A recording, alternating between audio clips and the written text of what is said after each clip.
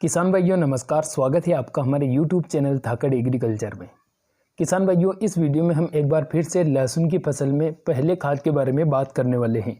लहसुन की फसल में पहला खाद कब डालना चाहिए और पहले खाद में कौन कौन से खादों का इस्तेमाल करना चाहिए, तो इसके बारे में आज इस वीडियो में हम पूरी डिटेल के साथ में बात करने वाले हैं। किसान भाइयों, जिन भी किसान भाइयों ने पछेती लहसुन की फसल बोई थी, यानी कि जिन किसान भाइयों ने लेट बुआई की थी, उन किसान भाइयों की फसल इस समय पर लगभग 25 से 30 दिन या फिर 35 दिन के आसपास हो चुकी है। और बहुत सारे किसान भाइयों ने इस समय पर लहसुन की फसल की निदाई गुड़ाई करके छोड़ दिया है, यानी कि उसमें अभी तक किसी प्रकार का खाद प्रबंधन नहीं किया है। तो अब उसमें पहला खाद डालने की ज़रूरत पड़ती है। और किसान भाइयों, जैसे ही आप अपनी लहसुन की फसल की निदाई गुड़ाई करते हैं तो उस समय पर हमें सभी प्रकार के पोषक तत्व पहले खाद के रूप में अपनी लहसुन की फसल में डाल देना चाहिए, ताकि हमारी फसल शुरुआत से किसी प्रकार से कमज़ोर ना रहे और अच्छी ग्रोथ करे। तो इस वीडियो में हम बात करने वाले हैं कि लहसुन की फसल में पहला खाद कब डालना चाहिए और कौन सा डालना चाहिए, कौन कौन से खाद हमें पहले खाद के रूप में डालने चाहिए। तो किसान भाइयों, आज की शानदार वीडियो में बहुत ही बढ़िया जानकारी हम आप लोगों के लिए लेकर आए हैं। तो आप लोग इस वीडियो को शुरुआत से लेकर लास्ट तक पूरा जरूर देखना। और किसान भाइयों, वीडियो शुरू करें उससे पहले अगर आप हमारे चैनल पर पहली बार आए हैं तो सबसे पहले चैनल को नीचे दिए गए लाल अक्षरों के सब्सक्राइब बटन को दबाकर जल्दी से सब्सक्राइब कर दीजिए और उसके पास में एक घंटे के निशान को जरूर दबा दीजिए, ताकि लहसुन की खेती और हर एक प्रकार की जानकारी आप लोगों तक समय समय पर पहुंचती रहे और आप अपनी खेती में उसे यूज कर पाएँ।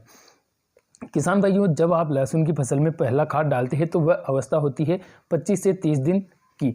तो उस समय पर लहसुन की फसल में काफ़ी ज़्यादा पीलापन भी आ जाता है। बहुत सारे किसान भाइयों के कमेंट हमें देखने को मिले, जिसमें किसान भाइयों ने यह पूछा है कि लहसुन की फसल में पीलापन बहुत ज़्यादा आ रहा है। तो देखिए किसान भाइयों, पीलापन पोषक तत्वों की कमी से आता है। अगर आप सही समय पर पोषक तत्व अपनी फसल में डालते हैं तो लहसुन की फसल में हरापन रहता है और किसी प्रकार से हमारी फसल कमज़ोर नहीं रहती है। तो अब बात आती है पहले खाद की। तो पहले खाद में आप लोगों को क्या क्या डोज डालना चाहिए। तो किसान भाइयों, हमारी फसल की अच्छी ग्रोथ और हरापन के लिए नाइट्रोजन की आवश्यकता होती है। तो नाइट्रोजन की पूर्ति के लिए हमें सबसे मुख्य खाद तो लेना चाहिए यूरिया खाद, क्योंकि यूरिया खाद में नाइट्रोजन पाई जाती है, जो हमारी फसल में आने वाले पीलापन को ठीक करती है, दूर करती है और हरापन पर हमारी फसल को ला देती है। इसी के साथ में आपको एक मिक्स माइक्रो न्यूट्रिएंट वाला खाद डालना चाहिए। माइक्रो न्यूट्रिएंट के रूप में आप इफ्को की सागरिका ले सकते हैं। इफ्को की सागरिका क्या करती है कि इसमें सभी प्रकार के पोषक तत्व जैसे कि nitrogen, phosphorus, potash, zinc, sulphur, magnesium, carbohydrate, protein, vitamin, मतलब कि सभी प्रकार के पोषक तत्व संतुलित मात्रा में पाए जाते हैं, जो हमारी फसल को हर एक स्थिति में सहायता प्रदान करती है, हमारी फसल को अच्छी ग्रोथ देती है, हरापन पर लाती है। तो मिक्स माइक्रो न्यूट्रिएंट के रूप में आपको इफ्को की सागरिका लेना है। इसी के साथ में आपको ह्यूमिक एसिड लेना है। ह्यूमिक एसिड किसान भाइयों, जो लहसुन की हमारी फसल में जड़ बनती है, उस जड़ को काफ़ी अच्छी तरीके से विकसित होने में मदद करता है। क्योंकि अगर हमारे पौधे की जड़ बड़ी होगी, अच्छी होगी, तो वो ज़्यादा पोषक तत्व ग्रहण करेगी, ज़्यादा मात्रा में जल संचित करेगी, तो हमारी फसल की ग्रोथ वैसे ही अच्छी बनेगी। तो आपको ह्यूमिक एसिड भी लेना है। अब इसके अलावा आपको माइकोराइजा लेना है। माइकोराइजा जमीन में पड़े पोषक तत्व जिनको पौधा नहीं ग्रहण कर पाता है, उन पोषक तत्वों को भी खींचकर पौधे की जड़ों के पास ला देता है, जिससे पौधा उन पोषक तत्वों को भी आसानी से ग्रहण करता है और अच्छी तरीके से अपनी ग्रोथ को चलाता है। इसलिए आपको माइकोराइजा लेना काफ़ी ज़्यादा जरूरी है। इसी के साथ में जिन किसान भाइयों ने बुआई के समय जिंक सल्फेट नहीं डाला है, वो किसान भाई 10 किलोग्राम जिंक सल्फेट का उपयोग भी कर सकते हैं। जिंक सल्फेट भी आपकी फसल को अच्छी तरीके से ग्रोथ देगा और उसमें क्लोरोफिल की मात्रा बढ़ाएगा।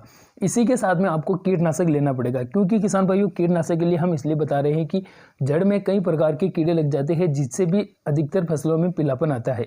तो जड़ों में लगने वाले कीड़ों को मारने के लिए आपको एक कीटनाशक लेना पड़ेगा। इसके रूप में आप बायर कंपनी का रीजेंट का इस्तेमाल कर सकते हैं, जिसमें फिप्रोनिल 0.3% पाया जाता है, जो जड़ों में लगने वाले कीड़ों को, सफ़ेद लट जैसी समस्याओं को बिल्कुल दूर कर देगा।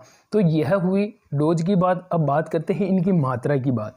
तो मात्रा आपको बात करें यूरिया की, तो यूरिया की मात्रा आपको 30 से 40 किलोग्राम प्रति एकड़ के हिसाब से पहले डोज में लेना है। इसी के साथ में 10 किलोग्राम इफ्को की सागरिका आपको लेना है। 2 किलोग्राम ह्यूमिक एसिड लेना है। इसी के साथ में 4 से 5 किलोग्राम माइकोराइजा का जो पैकिंग आता है, 4 किलो का आता है, वो आपको प्रति एकड़ के हिसाब से लेना है। और 10 किलोग्राम जिंक सल्फेट, इसी के साथ में 3 किलोग्राम बायर का रीजेंट लेना है। तो किसान भाइयों, अब आप अच्छी तरीके से समझ ही गए होंगे कि पहला डोज किस समय पर डालना है और कितनी मात्रा में डालना है और कौन कौन से डोज आपको लेना है। तो यह थी कुछ छोटी सी जानकारी। उम्मीद करता हूँ आप लोगों को यह वीडियो पसंद आया होगा। अगर आपको वीडियो पसंद आया तो लाइक कमेंट शेयर जरूर करें और किसान भाइयों चैनल को सब्सक्राइब करना ना भूलें ताकि हर एक प्रकार की जानकारी आप तक समय समय पर पहुंचती रहे। मिलते हैं अगले वीडियो में, तब तक के लिए धन्यवाद। जय जवान जय किसान।